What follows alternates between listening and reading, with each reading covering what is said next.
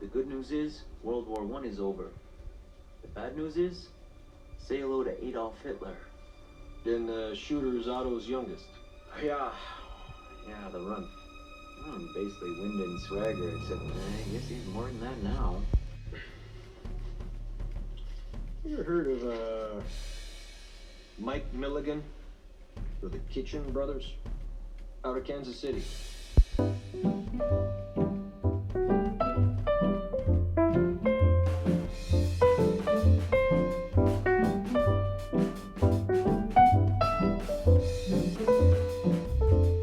Alright, welcome back to the Fargo review. I'm Brandon Rakes, and this is test footage.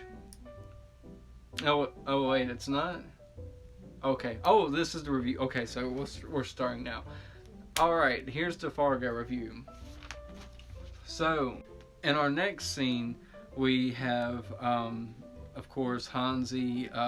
He's Dodd's man, as they call him many times throughout the season, and he's trying to, I guess, squeeze information out of Simone. It's over on 13th somewhere.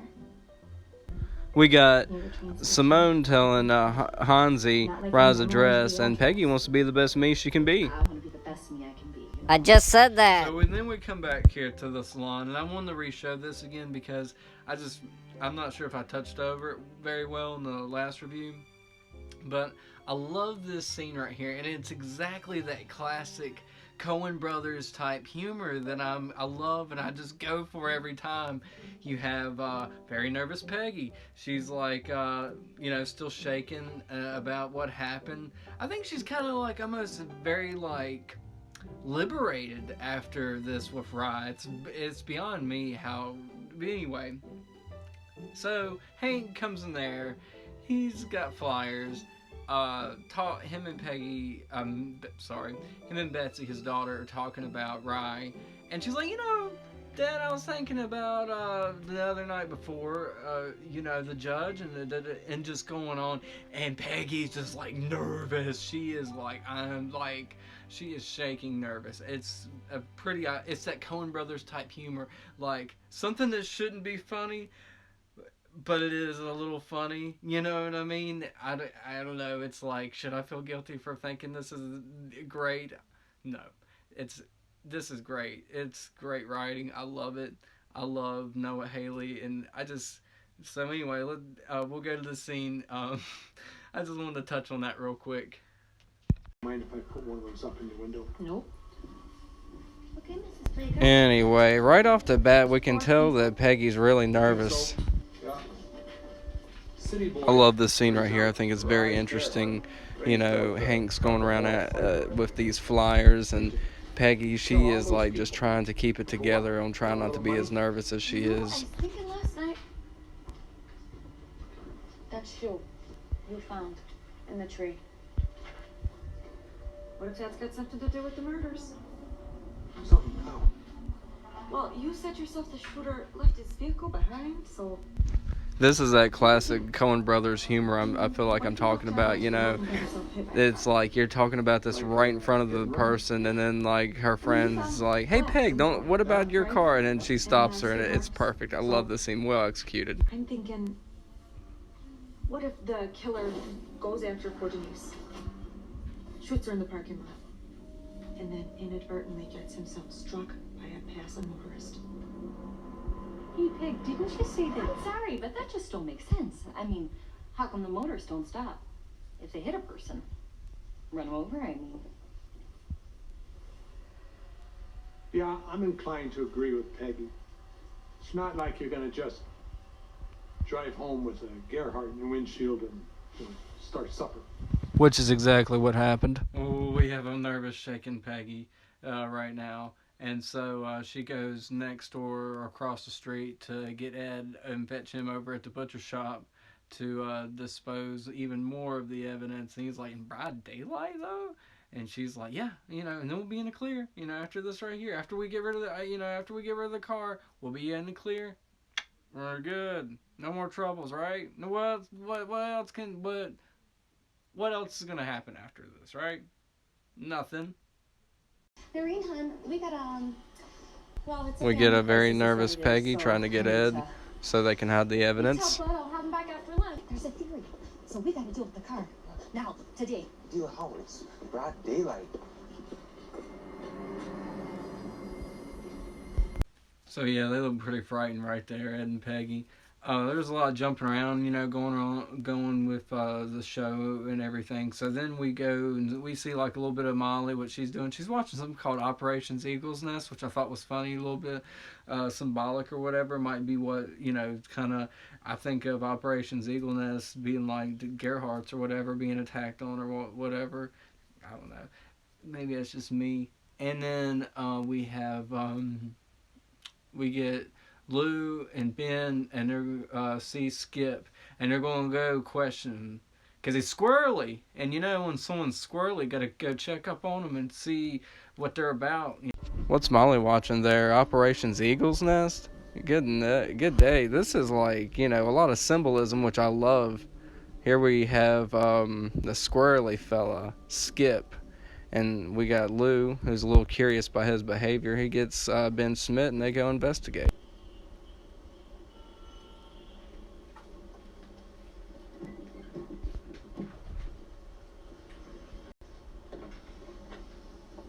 Sorry. Officer, did They get no information from him other than he sells typewriters. And Lou gets the name for his typewriter shop. So I guess Skip's not completely useless. Yeah, I heard. Yeah, he's squarely alright. But, so yeah, then we get Simone talking, Simone and Hansi, they're over at Rye's apartment, and, squirrely guy, what's his face, useless,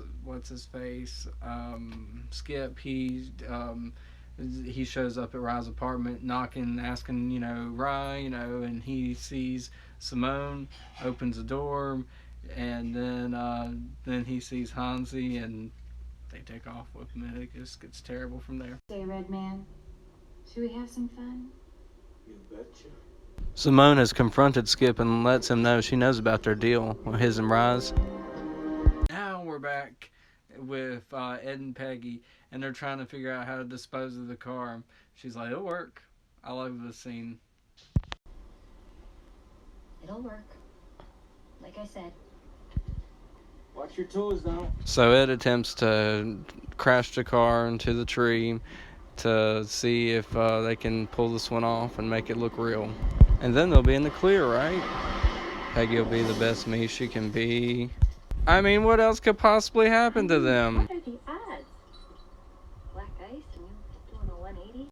On our next scene, we have, going back to the Gerhardts, we have Charlie, Bear's son. He's just kind of hanging out and sitting, work on some work or homework or something. He does, I think, family business stuff with Floyd sometimes. Charlie's son, Bear, asks his dad, how's everything going out there? And Bear says, I think that we might can sell a piece of the business. He says what Grandma said, that he's talking about Floyd, saying, maybe, sell Kansas City a piece of the business, not all of it, while still trying to maintain their operation, I guess. But I feel like Charlie in this scene's trying to be like a little rebellious. It seemed like just a tad bit rebellious. Not This character's really sweet and a good kid, I believe. And he says to his dad, Bear, Bear says, Bear says to him, tomorrow I'm thinking, you go back to school. And he was like, no way. He was like, I don't want to stay around here. He's like, well, no, I promise your mom, I'd let you go to school and, you'd become something of yourself. He's like, I am something, aren't I? He's like, yeah, Gerhardt, he's so proud. They're so proud. I love how proud those Gerhardts are. And, he was like, things might get a little inky around here. He's like, I can't have you catching a stray. Is pretty much him saying can't have him be worried about Charlie and stuff like that. And he was like, Uncle Dodd says, and Bear cuts him off. He's like, Dodd has nothing to do with it. He's like, you're my son, you get it?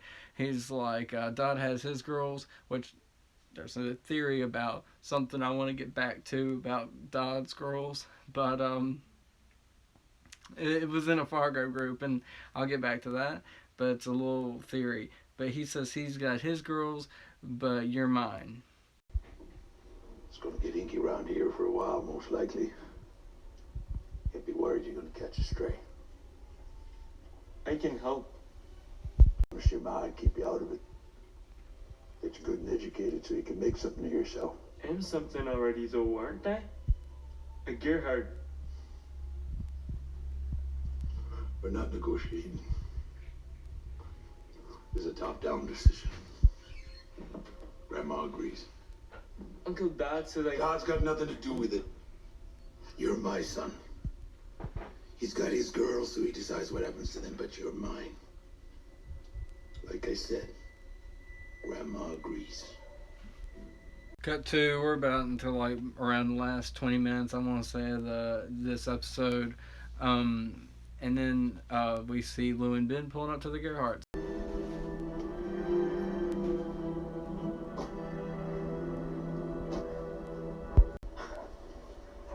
I'll hold on to mine. It's got sentimental value. We're just moments away from one of the biggest confrontations, I think, of this season between Dodd Gerhardt and Lou Sulberson. So Floyd comes out talking to Ben and being friendly with him, and she asks about his mom, and it seems like they know each other and have a pretty good understanding. She's trying to get an idea of the situation going on, and Lou informs her. Yeah, they had some senselessness there a few days back. I'm afraid we're gonna have to talk about. What kind of senselessness? 3 dead, including a state judge. Judge Munt? And do try to stay healthy and well, y'all, and stay positive about the whole coronavirus. Hopefully it'll be over with, and I'm praying everything. All right, bye. Have to talk to Rye. That's not going to happen. You need to leave. Mrs. Gerhardt, if either of these men draw, I'm going to be forced to shoot some people, and I don't want to do that. Now, your son's wanted in connection with 3 murders. And I'm guessing that's not the first time you heard somebody say that. So however it is you want to handle this, you need to handle it now, or it'll get handled for you. You okay, Ma? Maud Schmidt's boy here is trying to tell me your brother killed a judge. Nobody killed a judge. We own all the judges. What'd be the point of killing one? Now, God. Don't you doubt me. We're not friends. We found Rye's prints on the gun. You're gonna find my boot on your neck. You keep talking like that. Well, now to be fair, I'm the one who found the gun, so I think you're dancing with the wrong girl.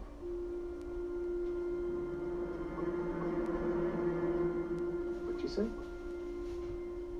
I says I'm the one who found the gun. So you should be talking to me. And I'm from out of town, so forgive me if I should be terrified, but in Minnesota, when a police officer says talk, you talk. Boy, that was a stare down, quite a stare down with Dodd and Lou. So in this next scene, we have another stare down with Lou, and he sees Mike Milligan and the Kitchen Brothers, and it gets intense. I love it. Here we go, Fargo.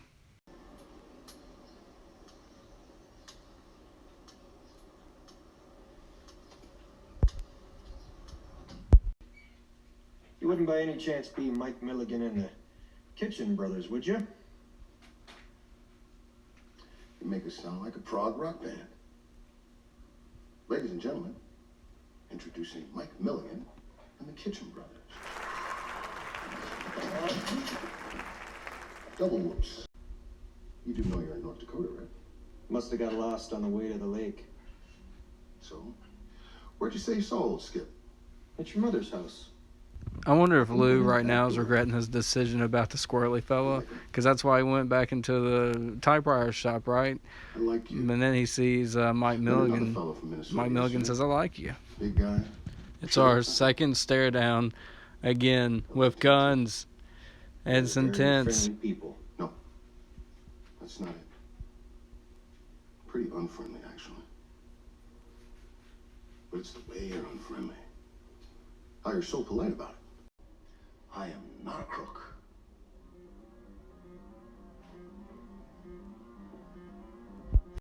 I am not a crook. Love that line from Mike Milligan. So then we get like Lou driving back to Minnesota, but he like stops to go get some gas, but like talks to this guy at a rest stop at the gas station or whatever, and it's like really crazy, like nonsensical, like Coen brother talk again. Hey, this guy's like, I forgot how he starts the conversation, and I didn't record that part either.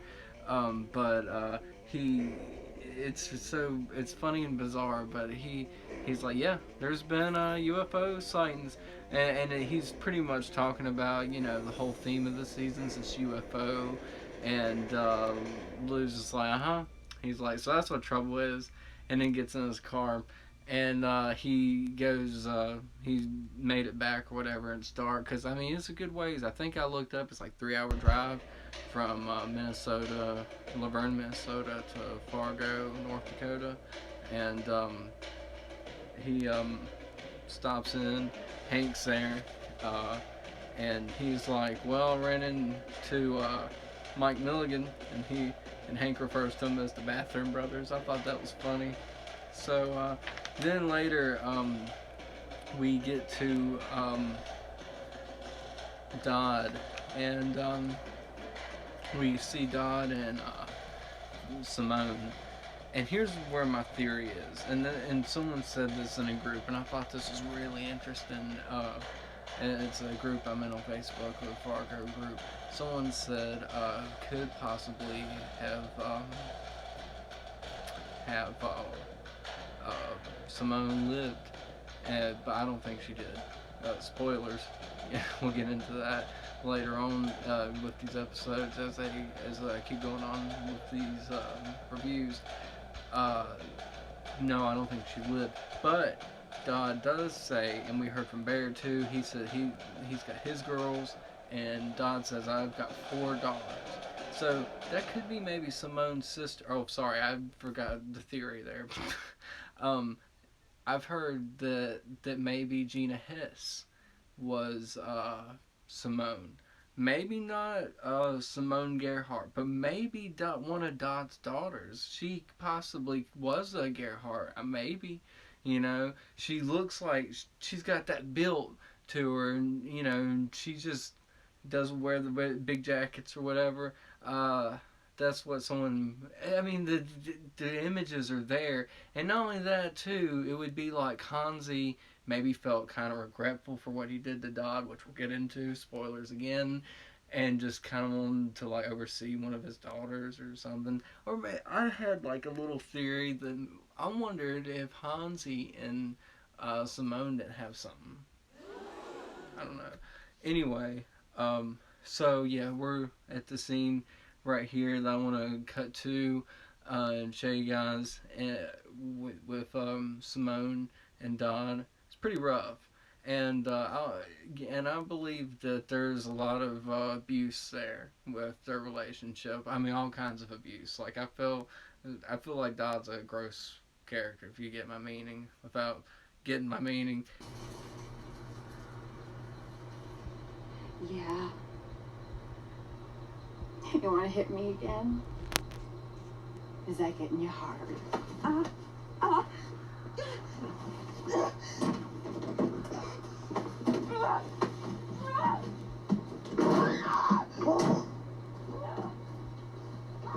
wanted a boy, but God give me 4 goddamn girls. Please, sir, this is a huge... Shut up. We know about the judge and the typewriters in the town. I personally don't like this character, so I say good riddance, but gosh, what a way to go. This would be terrible. In the hole.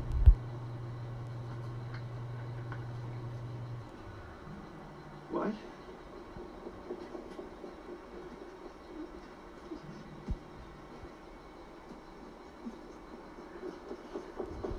Make a deal. I got capital. You don't know anything.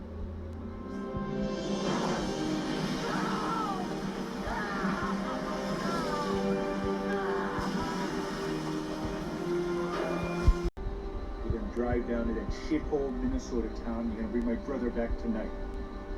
Judge or no judge, if Kansas City gets in your way, if the cops get in your way, if anybody gets in your way, you kill them dead.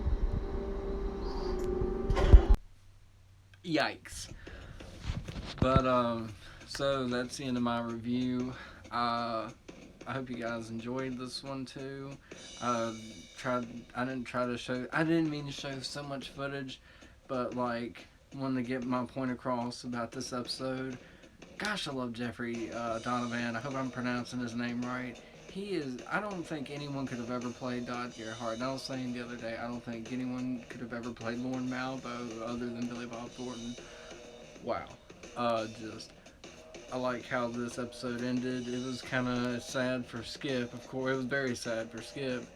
And sorry to all you Skip fans out there. So, let's watch episode 4 and watch my review. Please like and subscribe if you hadn't already.